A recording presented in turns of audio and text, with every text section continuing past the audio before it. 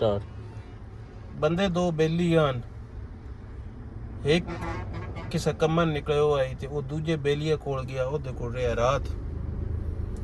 उत सवेरे बहन लगा तो उस पूछया दस्या कुछ नू किदा लगा बदा। उस आख्या पुत्र घबराटा हो गया, मेरा दिल अब पर ना छड़िए, मैं को साका दी ढूंढा बेचा।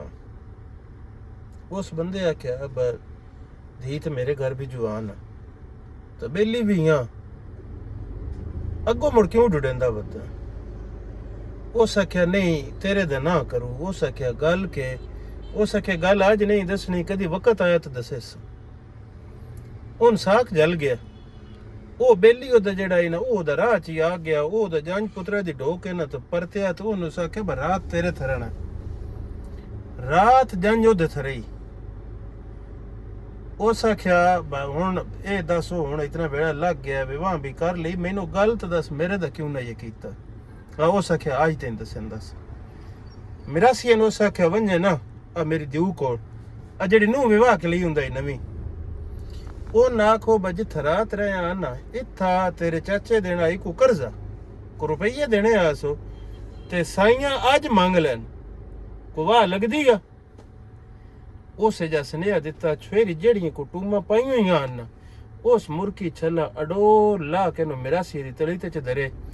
उस आखे वांजो आ लै जा चाचे दा, ये हुन देवीं ताकी जे चाचा इन्हां नाल सर वेंदा तो मुड़ तो हो गया चोण, ते जे इन्हां नाल न्यू सरदा ना तो पिछा अपने लोक बंदा ना गली मेरे प्यो दा लोक नेड़े आ ते इहदा पिछा बंदा बजाइया, इदो सौखे ला पुसनगा कोई दवानियां इदो मंगा के दे लैने आ, ओदा बंदा अपने लोक ना गली। मिरासी उदो लैके आया गण, उस ओदी तली ते दरिया। उस आख्या आ जेड़े पायो अस उन्हें दे छड्डे सो, ते आदि जे इन्हां नाल सरदा है तो ठीक आ, जे इन्हां नाल नहीं ना सरदा ते ओ आदि है चाचे ना आखी अगा अपने लोक बंदा ना गले, मेरे प्यो दे लोक नेड़े आ, मैं पिछा बंदा बजाइंदी सो ते जेड़ी कोई दवानी रहिंदी आ ओ भी दिंदे आ।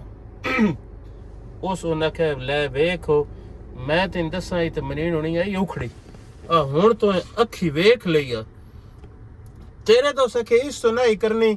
भाई एक बारी मैं आया सू नाल पराने आन, तू घरों दूध लैन गया है, जितने निकलिया है तेरे खुस्से तो दूध लगो आई, तो ए घरों खो के अंदो आई, मैं ओ वेख्यो आई जेड़ी माऊ को दूध खो के ले आंदा ही है ना, ओ दे दिऊ नाल साडा वसेबा नहीं होना, साडे घरा दा ढेर सारा खिलार आई।